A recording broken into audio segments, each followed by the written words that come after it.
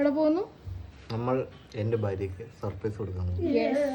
നിങ്ങൾക്ക് എല്ലാവർക്കും നിങ്ങളുടെ +1 +2 ലൈഫിൽ ഒരു ബെസ്റ്റ് ഫ്രണ്ടിനെ കിട്ടിയിട്ടുണ്ടാവില്ലേ? അതുപോലെ എനിക്ക് ഒരാളുണ്ട്. ആ ആളുടെ ബർത്ത്ഡേ ആണ് ഇന്ന്. അപ്പോൾ അതിന് വേണ്ടിയിട്ട് സർപ്രൈസ് കൊടുക്കാൻ പോകുന്ന പോക്കാണ് ഇത്.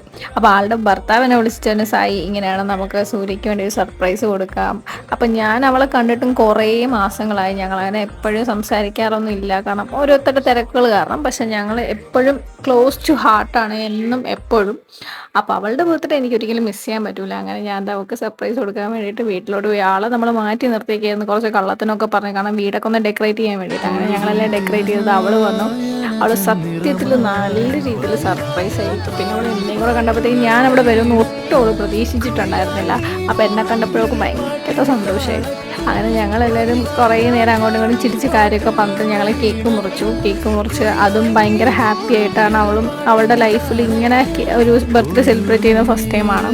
അപ്പോൾ അതും എനിക്ക് കാണാൻ പറ്റിയൊരു വളരെയധികം സന്തോഷമുണ്ട്. അങ്ങനെ അനിയത്തി എല്ലാവരും കേക്കൊക്കെ അങ്ങോട്ടും ഇങ്ങോട്ട് കൊടുത്തിട്ട് അവളെ കൊണ്ട് തന്നെ നമ്മൾ ആ വീടങ്ങ് വൃത്തിയാക്കിപ്പിച്ചു.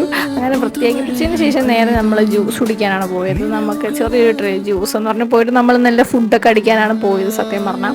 അത് നമ്മൾ നേരെ ബുഹാരിയുടെ അടുത്തുള്ള ഹോട്ടലിൽ പോയി. അവിടെ ചെന്നിട്ട് നമ്മൾ നേരെ ഫുഡൊക്കെ ഓർഡർ ചെയ്തു. പൊറോട്ടയും ചിക്കൻ ഫ്രൈയും കറിയാണ് എല്ലാം ഓർഡർ ചെയ്തു. അപ്പോൾ ഇത് ഞാനും സെനിഞ്ചാനും കൂടെ ചുമ്മാ ഫണ്ടിന് കാണിക്കുന്നതാണ്.